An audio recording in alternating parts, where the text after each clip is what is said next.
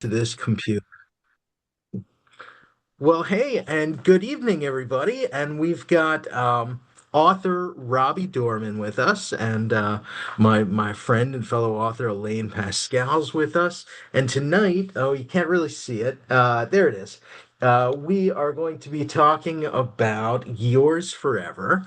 And yes, I I am thematically appropriate in my background, which is very liminal space, which is kind of having a moment. But Robbie, thank you so much. And you said something to me before I read this book, which was that of all the books you've written, you said this was the most Josh book.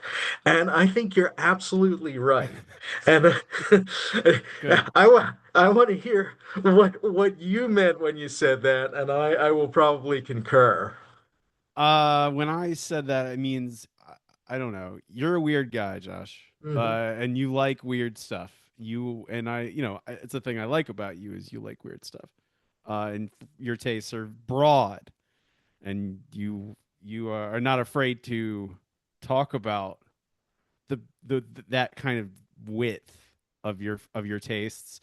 And I think most of my books are pretty focused and aren't I don't know, they're weird maybe around the edges, but they aren't maybe face to face with weirdness like in like the literary term of like new of weird and then new weird as well, like the genre weird fiction. This book I feel like goes face to face with weird. A lot of the book is that. So I think that's mostly where it's like this feels like a Josh book. It feels Yeah, like yeah. it feels like navigating weird. And it absolutely was. It was this is the third of I think God, what, 18 books you've written? This is 17 books. 17. 17 published, but there's Right. some I stuff mean, out there. I have like 30 manuscripts, but some Oh of those are wow. bad and no one's going to read those. Well, this one was fun, and I feel like so I've read your last three books, right? I read This Book is Cursed, and then I read Words of Christ in Red, and then I read this one, and it feels like of those three, there's kind of a logical thought progression here, and you can see how one sort of connects to the next. Um, there was what was it? This Book is Cursed was a very fun idea. It was very meta. It was the idea of I'm not going to say call it a choose your own adventure because apparently You you can don't say want it to here. use. They will. There's no one. There are no lawyers listening, and I think you're fine to say the words out loud. Choose your own adventure. Got it. It's more. Don't put Well, it in print on any webs, any storefront. They will find you, and they will cease and desist you.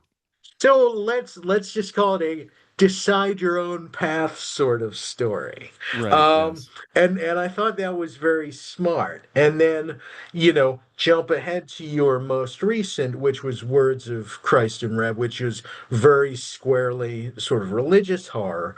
I feel like this one sort of connects, it's got sort of a foot in either of those doors, and definitely. Um, you probably your most experimental book, and experimental is not a word that scares me, but I know it does. It can maybe intimidate some people. Um, Yeah, it's absolutely most. It's again, it is also the weirdest. I mean, it's like weird in that it is weird. The historical and the in literature weird book, but it's also the weirdest book, and that is like it's an epistolary sort of, and like I whenever I say that word, I immediately just explain what that is to people when I'm pitching the book because I don't think average readers even know what the word epistolary means. They probably have read an epistolary or at least familiar well, with the idea sure, of if one, they've read but they don't know what it Frankenstein, means.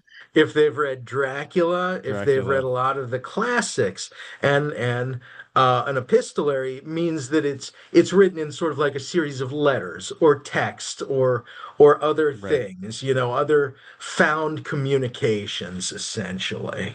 correct. And so and it's also like this is it's a very twisty book, and a book that I don't, which I also don't typically like. I've written mysteries, but nothing like this where it's like winding in back on and on itself with unreliable narrator, and at times there is a very thin grasp on reality. You're like, what is actually happening? Most of my books, there are might be departures where characters lose touch with what's going on, but most of the time, the reader knows.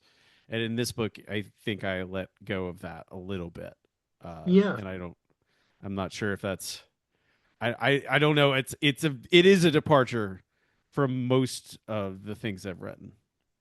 Where exactly did this one come from? Was this an idea that you'd been kind of kicking around for a while, or did you just say, "Look, I want to push my limits and go someplace I haven't"? I You mentioned Dracula. It Hmm. started with Dracula. It started with Dracula Daily.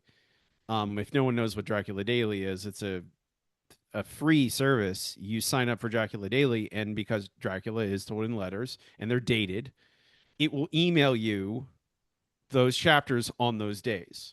So Oh, you very can cool. read Dracula, and it's like, and that way you can read it at the pace of what technically happens in the story, but it's also like bite-sized chunks, so you're not overwhelmed by the mass of Dracula. You're just like, oh, I read today's chapter is some of them are short, some are longer, but you get them at that piecemeal. I'm like, and I was it was originally like I want to do something like that. What if I write a book and I that's how I publish it? I publish it through emails that are written that I would send to people on a semi-regular basis, whatever it is, intermittent. And then I don't know, at a certain point I went, that's impossible for me to like try and tackle. Like it whenever you're publishing things yourself, it's always like, well, how big are my ideas? And then Mhm. what can I actually do? I'm one man. I don't want to pay someone. I'd have to like I don't want to have to pay for an email serve. Like again, it's like these steps of like, what would it take for you to publish it this way? And I'm like, well, I don't want to do that. So what? So I, but it's effectively is writing an epistolary. I'm like, well, what is? Mhm. And then like it's spun out of what do I think of those types of stories when I think of it, and like I think paired with when I look back to fiction from that era, from when it was more common, from Victorian or even late romance. Like, what were those stories about? And it made me think about literally like about this kind of idealistic, romantic idea of love, and what is love, and what is the highest form of love, and like sometimes it is written as worship. I was like, well, what if you were? So what if you love someone so much you worship them? And then I have been just writing about God and religion over and over and over again recently, and I'm like, well, if you're worshiping someone, what if the thing you're in love with, you love someone so much you worship them, but what you love is not a person necessarily. You're right. Like, what if the thing you love is a god? What if the thing you love is an entity? What if the thing you love is you don't know? And I don't know. I've always loved the idea of again a liminal maze where you're like navigating. There's a lot of there's a lot of fiction that is people navigating labyrinths and with doors Mhm. leading to other worlds. And I don't actually remember why that part came into it, but I think it literally was like, I want to I want to send this person, the main character, I want to send him on an epic journey without actually having to like think about travel logistics, Right. and have him like navigate difficulty in a different, like the travel aspect of it in a different way. And I thought, like, well, it turned into a maze. I don't know. Again, that's like I am. I can remember very specific things about this, very particular, but I don't know how I got to. Oh, they're gonna, and like I don't know. At a certain point, I think I set up on those doors, and I'm like, well, what's some neat settings that I could put this character in? And before we get too far afield, and we can do spoilers, and talk about the plot a bit, but Elaine mentioned, she said, I'm wondering if when you're writing an epistolary novel, if you write the letters to one character first, followed by another character, or if you write them in order. And in this case, I mean, really, the narrator is only ever addressing this one character who he refers to as his beloved. But and I filled a little notebook with notes as I was reading because I'm just that nerdy. Um, Mm, I'm honored. but one of the things that becomes very apparent right away is, he keeps referring to her as his love, and he is so the character is seeking the heart of his beloved, which has been stolen and placed in this maze, or so we believe. But by page 20, page 30, I'm thinking he keeps talking about his love for her, but he doesn't talk about her at all. And I start thinking, what's his real relationship here? I mean, when I think of my beloved, my wife, I think about our first dates. I think about what we ate, what we saw when we went to the movie together, and how we held hands and watched fireworks over Navy Pier, and very specific images and memories. And this guy doesn't seem to have any of that. And sure enough, as we come to learn, I mean, he's seeking her in that sort of theoretical way, right? I mean, that she is sort of the holiest, most wonderful thing imaginable. It actually, in more ways than one, it reminds me uh, of the scene in Time Bandits when they're racing through a maze for the goal of every man's hopes and dreams, which is apparently like some sort of really fancy new refrigerator. Um, no stranger than this. But it was that sort of idea. They're like, putting their lives in jeopardy, and everywhere he goes, his life is in jeopardy. And this this liminal maze that he enters. So he thought that the man he was sort of following had built it, but we come to learn again, there's a lot we don't know. We don't understand or learn of its construction, but immediately there were some very strong vibes I was getting and thinking, with anytime you have a house as sort of machine or mechanism, immediately 13 Ghosts, immediately Hill House, immediately Hell House too. Um, uh, that it has this sort of ulterior motive or purpose. Some things that weren't necessarily horror. Labyrinth, of course, was one where there's a lot of twists and turns. The other one that came through very, very clearly in the liminality of it and the idea of this maze being sort of an axis mundi, the Dark Tower. Very strong. We're in the Dark Tower here. Every place is leading to some other world. Um, am I on the mark with those? Did I miss some? I mean, there is also like it is a big playground for Hmm. that effectively that's what it becomes when I can uh, spend as much or as little time in any of these worlds as I want. I can be like, well, I want to reference like though I there's obviously tons of cosmicism in it, a lot of cosmic horror. Um, there's multiple references to a lot of the greater Lovecraftian mythos Hmm. built by him and many others. Um, and those certainly are there, but it's also like visiting worlds of like I clearly like there's a direct reference to John Langan's The Fisherman. Yep. There is a lot of things from visiting other worlds, or at least my version of them in most places. It's not really them directly, but it is just like and you mentioned Dark Tower. King absolutely does that in that series. He uses it his that is the same mechanism where like I can bring in other things that I'm a fan of or that I want to write about or I think are interesting motifs those pieces of fiction carry. Um, the I didn't really think about 13 Ghosts. I mean, I've seen 13 Ghosts. I did not intend any 13 Ghosts overlap. My like it was actually my almost all like I was thinking of Cube and Okay, its many sequels, sure. which are not, some are very quality. Some are the I like the first movie I think is the exactly what it needs to be, and then the rest of them are just like, let's do it again. Okay, all right. Um, Or what about Barker's conception of hell in like the second Hellraiser, right? yeah, Which is there's also there's absolutely Hellraiser 2 in this. The Labyrinth and Hellraiser 2 is in there, but it's like I don't know. I was thinking of the I don't want it to look like those places, which is ultimately Mhm. why I kind of settle on I don't know, almost like a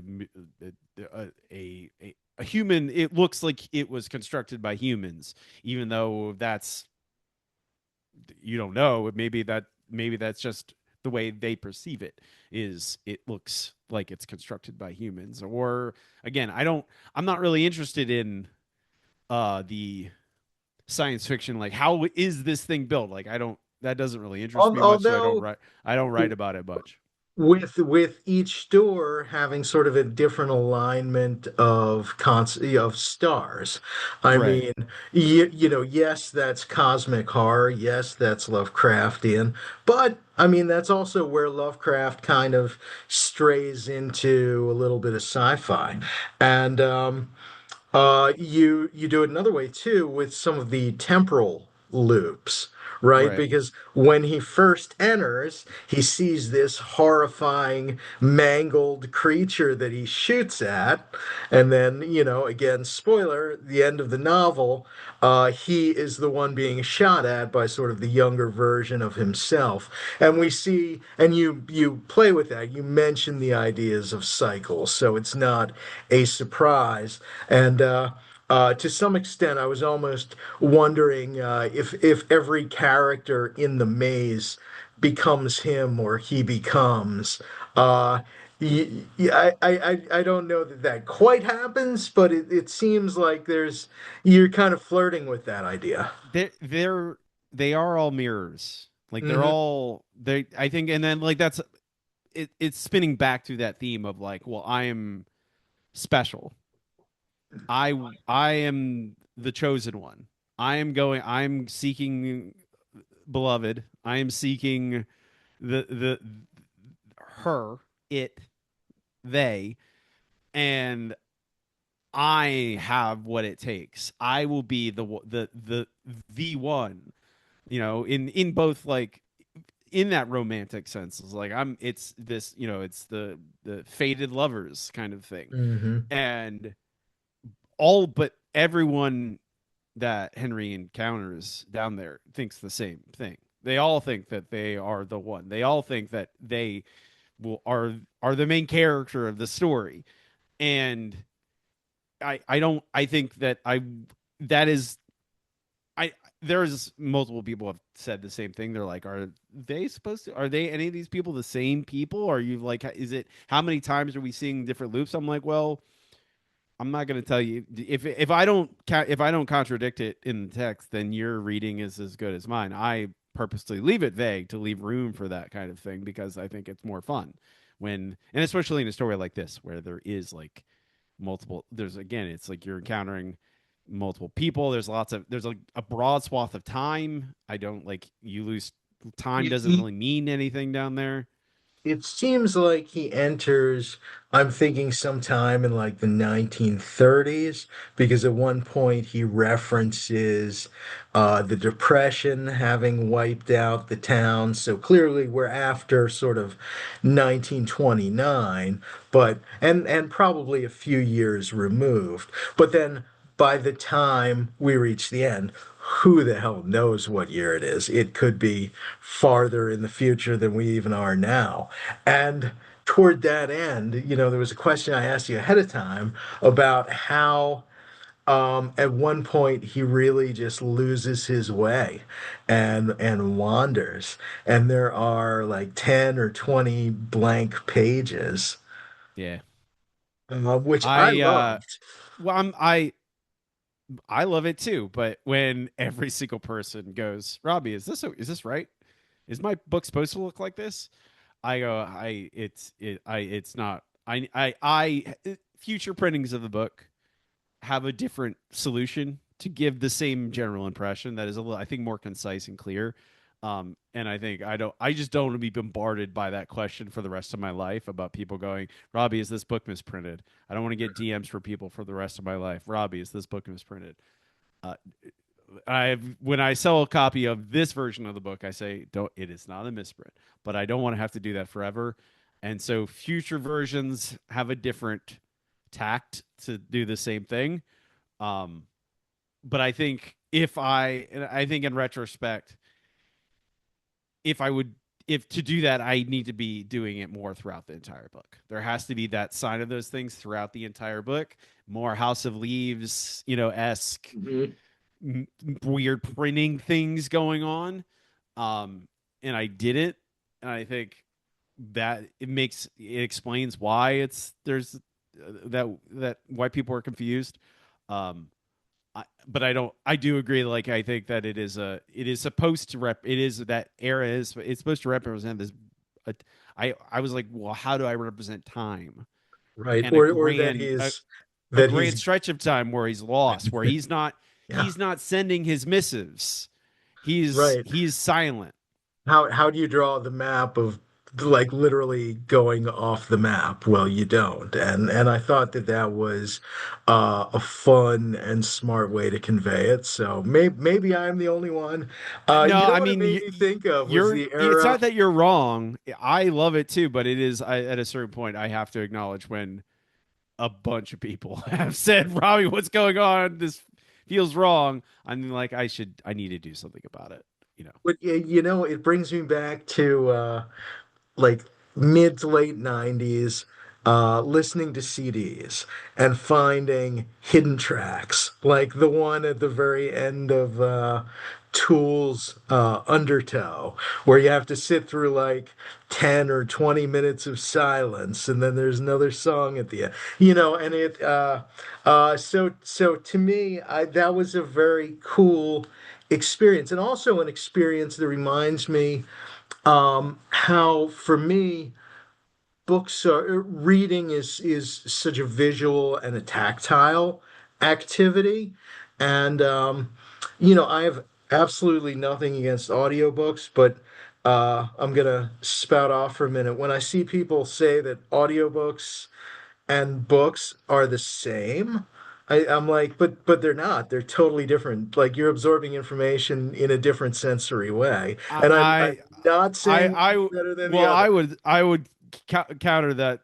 I also read books on my computer screen, Josh, which is different than reading books on Absolutely. when it's printed paper. But ultimately, I don't care. I don't have energy. It's fine. I would say some books, I would say audiobooks are you're also getting performance aspects of it because you're Sure. having actors or It's people you narrating are having a things. story read to you, which is a different way of absorbing that information. And Right, hey, when you're on a but it long is drive, like that's it that's the is preferred method. you can't you have I feel like there's all language is kind of inadequate to Hmm. describe like we have strained for as long as reading has existed, we have strained in ways to describe what it is. And because like when you read my like Stephen King describes it as like time travel and ESP at the same time, you're like reading my mind. I'm reading to you over time and space. I wrote a book, God knows how many years. I'm reading a Stephen King book he wrote in 1975. He's talking It's to me in the year 2026.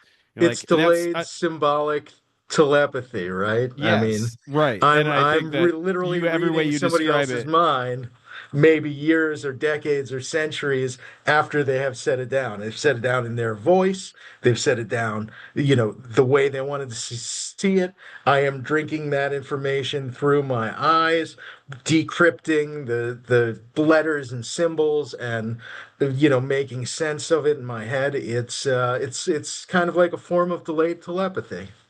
Right. And I think I'm just saying all that is to say that when you say I read this book and I say I read this book, we didn't read the same way. No matter what we Sure. did, whatever medium however we read the book, and the way I read is different than the way you read versus anyone reads. It's going to Yeah, be and I don't think there's a uh right or wrong way. It's just I know for me, um, the way I remember things, if I read it, I will remember it. I'll be able to quote recall it better. pages because I can see the words in my mind. Whereas Do if I you am read to, I'm I, turning the tables, Josh.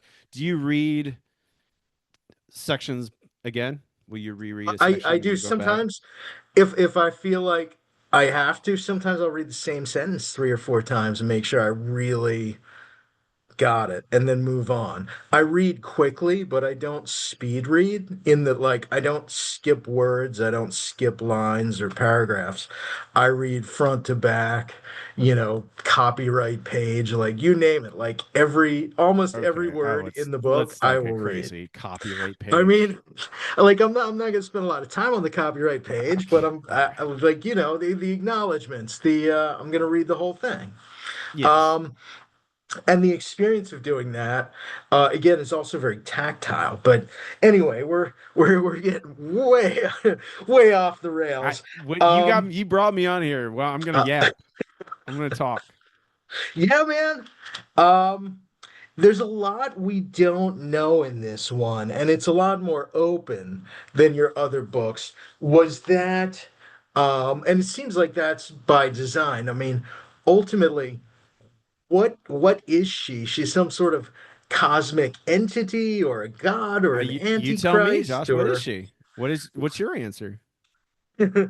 well, my answer is, just that she is some cosmic entity imprisoned for reasons unknown in that maze. And whenever a cosmic entity is imprisoned in a maze, like odds are pretty good it should stay there. Like this is not something that should be let out. You're probably right. It probably. I mean, I can tell you what I wrote. I mean, like that I think are relatively clear things that are in the text. Like she is not a she at all. That is again that is the fact that he ascribes gender to this being is another statement about, and the fact that it's all men pursuing her in this maze is those are also like that's purposeful, that they ascribe a gender to this entity which would not have one. It would have, it is beyond gender. It whatever it is, it's beyond our understanding to the largest extent. Like it, but I it that is there. It is one of the 13. Because I give, Henry describes the 13 and these 13 Mhm. different entities, and they each have a name or at least a title. So she's one of those. Beyond that, I mean, I have my answer in my head, but I always hesitate to give a concrete answer to things because I don't want to limit people's understanding. People go, Robbie, what did that? I've done a book clubs before. And people ask me very specific things about something I don't describe, and I'm like, I did. I don't want to describe it because I want you. And then they get very frustrated with me because I don't give them an answer. And I'm like, I'm that's your job. That's the fun. The part of being a reader is it's not. I want it to go both ways. I want you to imagine and to fill in those gaps. And I don't think I need to tell you what she is. And I think honestly, I think the actual answer is that nothing I could try to ascribe to her is adequate as Now, viewing back to cosmicism. These are beings are supposed to be unfathomable to a certain extent, and so henry can't henry has put an identity on this thing because it's all he can do. He can't. It's a thing he can fathom. It's an idea of a love, a woman, a romantic interest, and like being a chivalrous knight in Right. saving her. But that's because he's human, and so Sure. Then he has to give it a shape. and with that being said, now is um so and also some body horror, he affixes It both is the really gross. Yeah. compass to himself, right? This device. But then he also kind of births the entity that he is seeking, right? Because in one of these worlds he enters, there are these humanoid creatures that are sort of mining the innards of some dead sort of giant. We assume it's kind of a deity of sorts, and what he consumes is black, gross, really nasty meat. Starts He's hung- growing in Josh, him. he's hungry. He's hungry, Josh. Yeah, yeah. I don't know, man. It's like the stuff. It's Are you eating it or is it eating you? And in the end, he does sort of birth this thing that it turns out is the entity he's been looking for. So is that rebirth the entity of which he consumes? Or are we to understand that it is the same one sort of being reborn or something new being reborn? There's a lot of different ways you could go with this. I mean, all these places are attached to this maze. Hmm. All these places are attached to it. And I don't describe why this heart is in there. We don't know why. Henry has his reasons or what he thinks are why, and he's wrong. Um, I don't describe how much um I would guess will and action the entity itself, how the beloved is taking. Is she orchestrating anything in this? Is she actually captive? Is this, I don't ascribe those things. Um and certainly in my head I think of that there is an element of fate in all of this, in that he, it's that push pull of maybe he is the chosen one. And what if he is the chosen one? What does that mean? And what has to happen for him to be the thing, to be the man that brings her back? Lets her loose, whatever you want to. And he Is does in the Yeah. most grotesque way possible. Like I kind of literally birthing her. But it feels to me, at one point he returns to the entrance and it's gone. I mean, like that ship or raft of bodies lashed together that has sailed. And it feels to me like the point at which he's there is no return is the corpse room, that like when he passes through that organ, that room that is sort of an organ. uh Yeah, the guts room. yeah, the guts room. Like once you're through there, man, you can't go back to the surface. I mean, it's the again, it is all returning back to um what is true worship, Hmm. and what is true, and in connected to that, what is true love? What does utter devotion look like? And the idea of, well, for him to succeed, he has to utterly devote himself. And there are multiple moments in the book where he thinks, oh, I am utterly devoted to her, and I would do anything. But that's not true. He thinks he's devoted, and it's like that, those tests. And I don't, again, who invented the maze? Who's testing him? Is it her? Is it whoever invented the maze? Who is it? The person who confined her there? I don't know. Yeah, or is she? sort of like a spider in the center of this unnavigable web, which again is very, very kind of, cosmic spiders. We're in Stephen King land. Um, I would say there's also a little bit of Krull in oh here. yeah. Oh, Crow. Okay. Yeah. No Wow. one, no, if I'm glad that y'all know what Krull is, but Yeah, man, I can see that little most people in my life five-pointed thing. don't know what Krull is. Even that Krull's not even that good, but I do love it. Well, you know what else? There's I mean, of course, liminality is having a moment with like the Yeah. back rooms, Yes. with a number of movies and ideas. What is it? Stairway in the Forest. What was Sophia Ajram's book? Coup de Grace. Coup de And grace. Yeah. there's I mean liminality is a theme. And again, you mentioned Cube. Vivarium is another one that I really, really liked about Oh an yeah. Exit 8 says inescapable Elaine, and yeah, Exit 8 neighborhood. as well. Um, but the idea of liminality was that um sorry, I'm just looking at my notes here. Um but where uh the idea of liminality as being terrifying on its own. Why does that work for you? Why and how do you think that works in yours forever?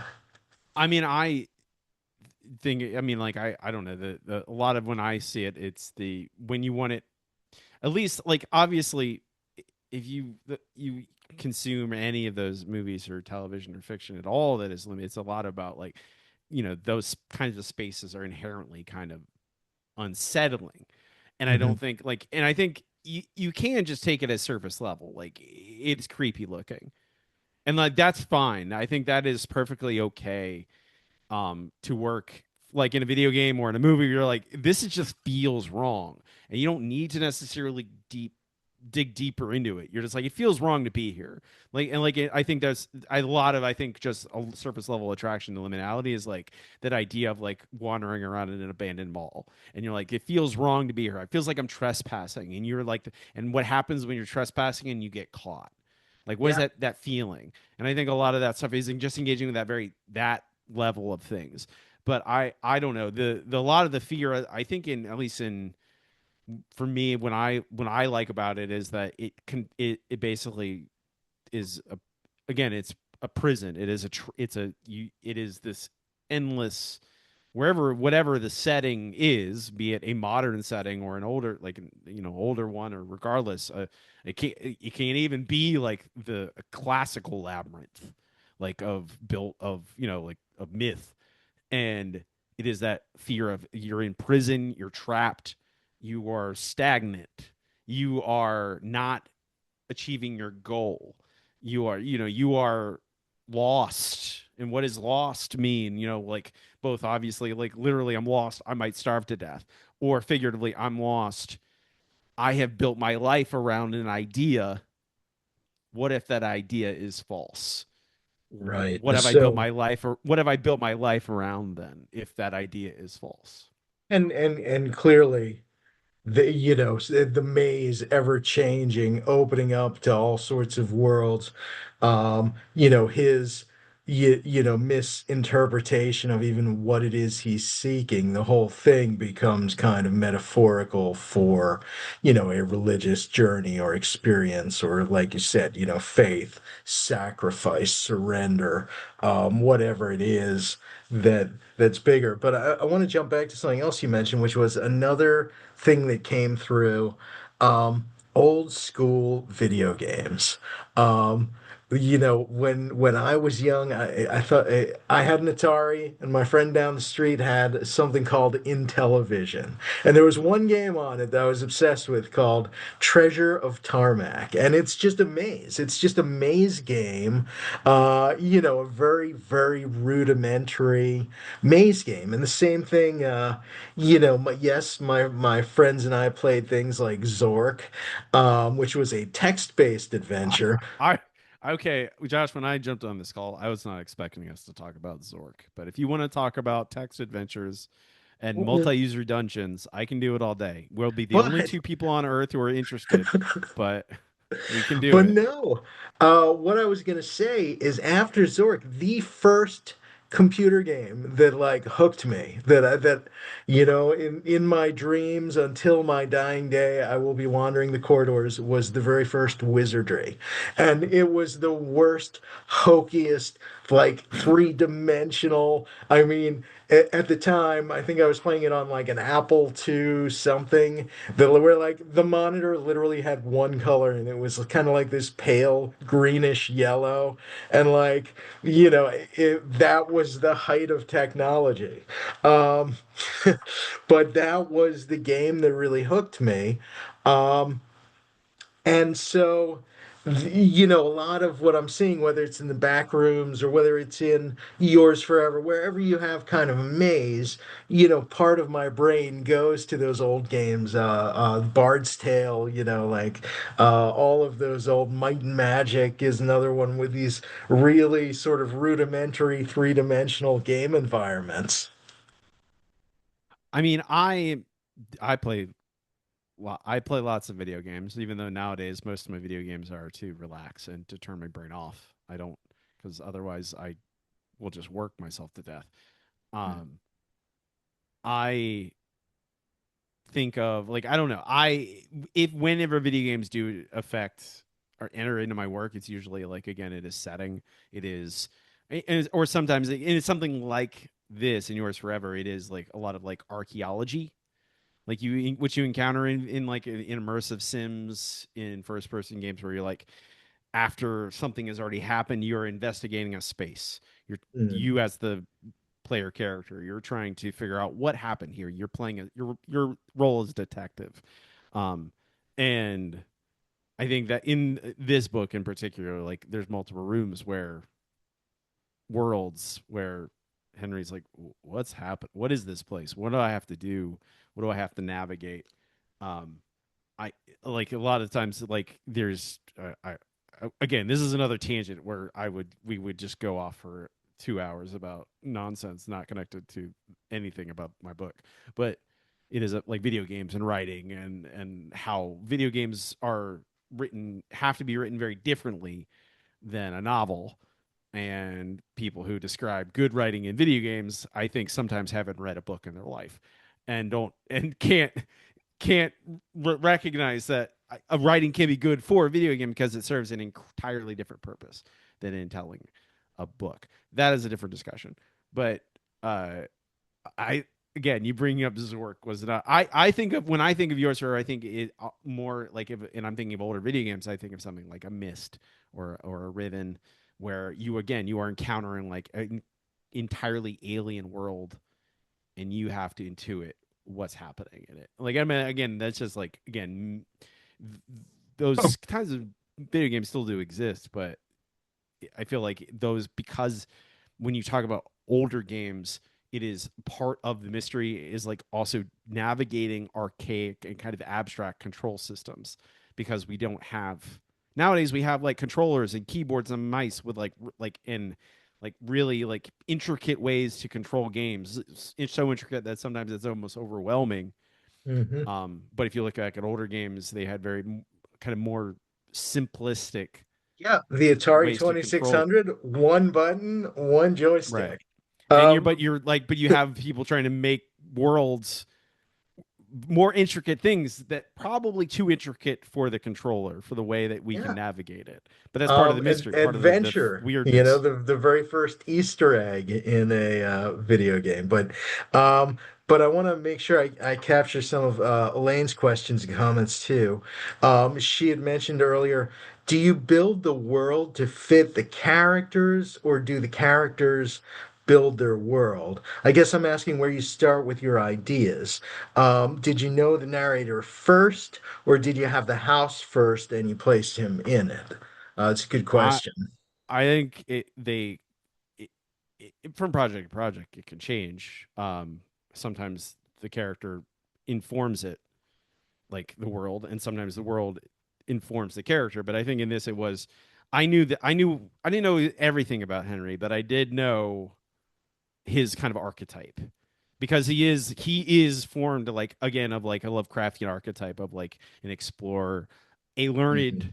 a learned man, so to speak, someone who's gone to probably wealthy, probably from a wealthy family, probably and learned and had went to college and had access to old tomes and dug deep into, you know, magic with a K and things like that. I knew that.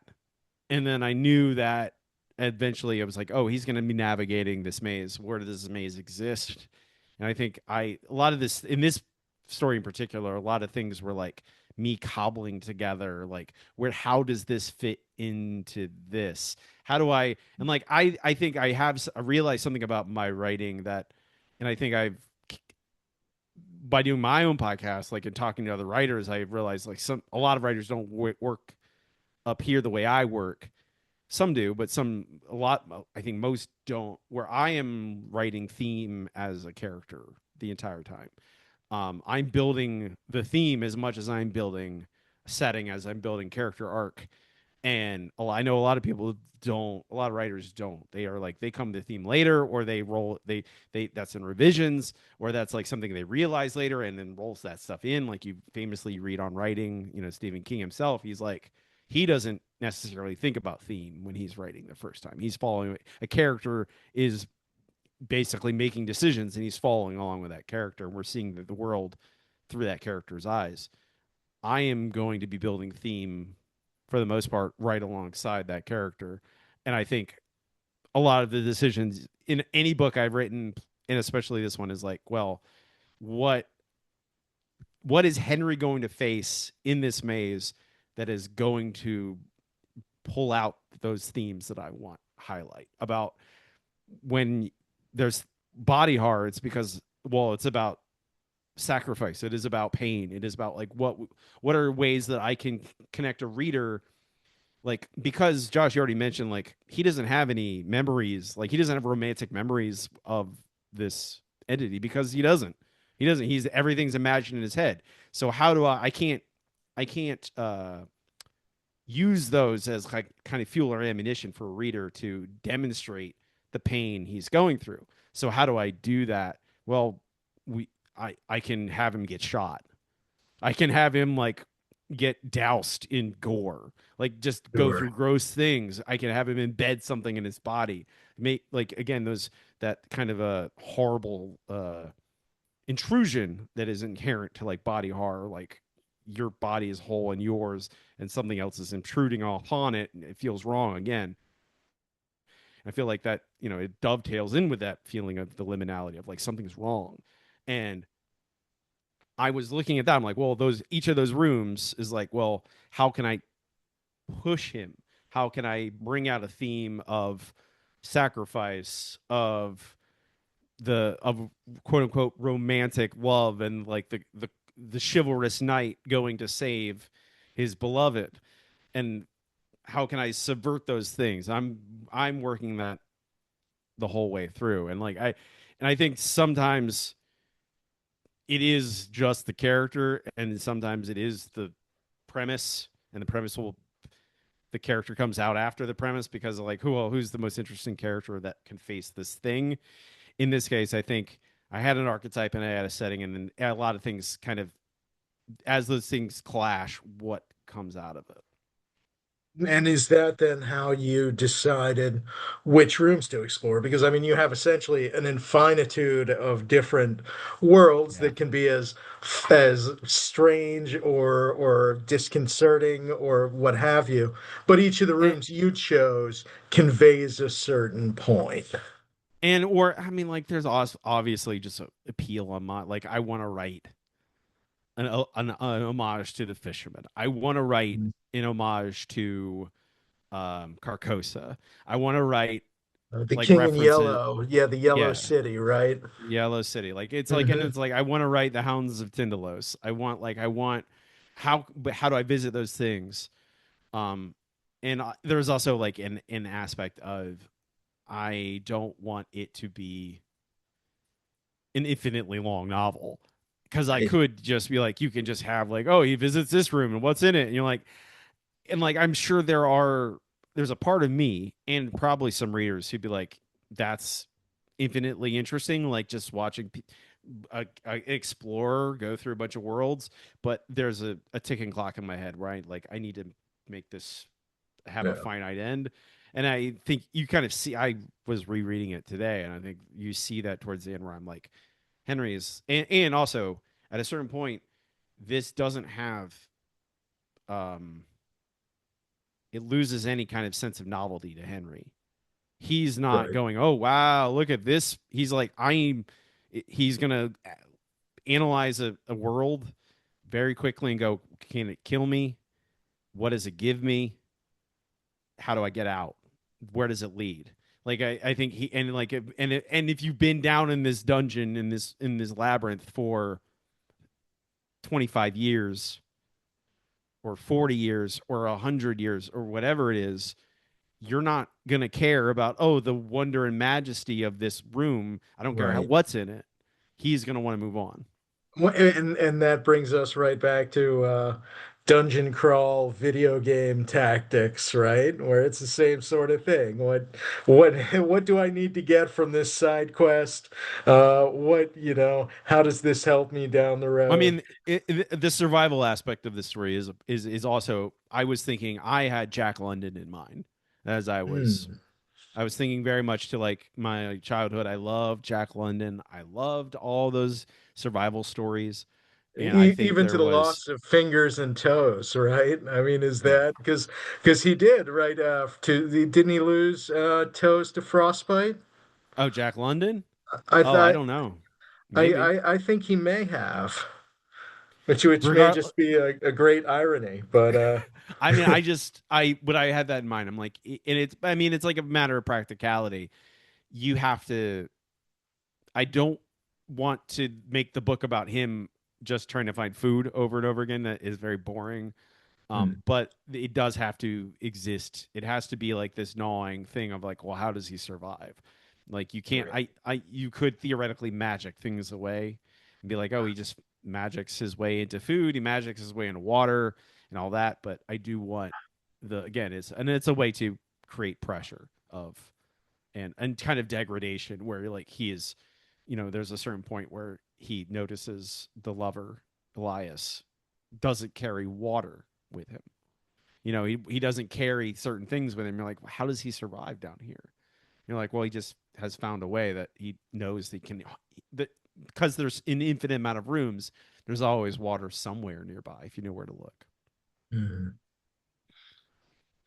Excellent. And there was a thought I wanted to share on liminality. I wish I'd been smart enough that I could say it was my thought, but I heard somebody say to a point you I heard Josh Ginsburg say, I I heard somebody say you know what figures are, or what the uncanny valley is to sort of human figures. Liminal space is to the built environment. It's supposed to be something recognizable, but it's kind of off, and just enough so that it disturbs us. yes, yeah, exactly. I mean, again, it's that feeling of wrongness of this Hmm. shouldn't exist and how could it? And you you in this case are the intrusion. Right. You are intruding on a space you're not. Again, it's the feeling of trespassing, of not belonging somewhere, and feeling the wrongness of things. And I think like that is another aspect of like that feeling in your gut where you're like you go in a door you're not supposed to, and someone catches you, and that feeling I don't know, it is very powerful because it's like obviously none of us have gone into the back rooms, Right. but we've all been in a place we're not supposed to, Yeah. either by on purpose or on accident, and so it's like we can recognize that feeling. Yeah, if you've ever been lost in a convention center and like just wandering these huge open spaces looking for a way out, it's weird. And it's that kind of feeling. But I have a different question for you. Of all your books I've read, and all of your books are pretty self-contained, right? Each one is kind of its own story, its own world. It strikes me that this one probably has the most potential to be revisited in some way or form. Have you ever considered going back to other stories and building onto them? Is this one that you would want to revisit? I mean, I can give you one that the one of the 13, the dweller, the one who, that which dwells beneath the waves. I have that. That is the other. That is the thing trying to be summoned in that which in what dwells beneath the waves in one of my other novels. So I've Uh, mentioned it in this one. Um, so I have this is like a little bit of me world building and theory crafting of like my own mythos of eldritch things that I could easily mine and put into other stories. The Whaleman's Chapel, which is the manuscript that has just got me an agent, is a Moby Dick retelling, but the entity that Ahab is trying to summon is also, I reference it, I call it Dweller a couple times because again, it is the one that lives beneath at the bottom of the sea in where the veil right, the between sort of worlds is the thinnest. your Leviathan, your Cthulhu or Right. Dagon or whatever it But is I out mean, there. I could easily any one of these, and like if I do further cosmics, which I will, I already have like three cosmic story novel length stories that I could be the next thing I write if I wanted to be. I would look at that list, the 13, and probably use one of them as again, they are it's kind of the beauty of it is that they are formless. They can be anything. They don't they've given these titles, but they are they've been given these titles by theoretically by humans. You know, they're not a they don't need to have explicit meaning, which gives me a lot of freedom to use them for different purposes in a novel. Um I as for other things like I could write killer hockey mascot sequels forever. It's not it's very like again, and they write that like killer hockey mascot 2 uh sudden death. Like again, it's hockey. I could do hockey related puns for Killer Hockey Mascot forever. It's like, but after some, do I want to keep writing? Endless slasher sequels? Maybe. Maybe one day I will. And maybe 3 years from now I'll be like, I want a fun little slasher to write. Um, this I don't think I would ever write a direct sequel to this, but I would certainly like anything I probably write in any kind of cosmic sense, any cosmic horror I write from this point on will probably be I will insert connection points to this, and it's like ultimately like a lot of the times, um, like I can't really write a direct sequel to this theoretically because maybe this entity is broke containment and we're not there's no more stories to tell unless we're navigating like some world where the beloved is taken over. But I there are like if you read what dwells beneath the waves, the dweller is again is the big bad, the theoretical thing that can be summoned. I mostly don't. I use the word dweller. I think 3 times in Whaleman's Chapel. It's in a 90,000 word novel, but it is that kind of again. I when you look back at those the old mythos, the Lovecraft mythos, built by him and at least 5 or 6 or maybe even a dozen people, and obviously expanded over time. None of them had like hard and fast rules about any of that stuff. They purposely were like, who cares? We'll all play with it. We'll all do our own take on things. So I don't I don't want people to have to read 16 books to have to read my new book. I think you should. I want if there's a connection, it's going to be you know tangential. Well, I think based on that, I got to make the what dwells beneath probably the next of your books I I read. I So mean it's set in the Keys. It's my Florida book. I hey, really I really that love it. that I'm sold. Bring a copy if you're going to be there Sunday. I will And be there. I will be there Sunday. Yeah. Excellent. And yeah, I don't really have any other questions about this book for you. Elaine, did you have any others? You had a bunch of good questions there.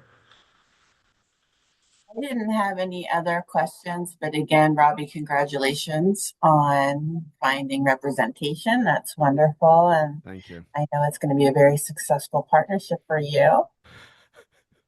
I'm gonna do this. Like I've it's the I'm trying not to count any chickens before they have hatched. But I'm very yes, I'm glad to have new things to worry about. Yes. It's exciting. I'm excited watching the journey. I turned in edits on Tuesday, so we'll see how that goes. All right. Well, that's it. And everybody watching, who may or may not see this, thank you so much. And we will soon be choosing our next book. And Robbie, Elaine, if either of you are interested, I think what I'm going to start doing is inviting authors who we talk to be maybe a co-host for the next one as we talk to a different author. So in that way, kind of break things up. So don't have to, but I'm just putting the offer out there. And yeah, that's it. Stay tuned, everybody, for our next reads, and have a great night.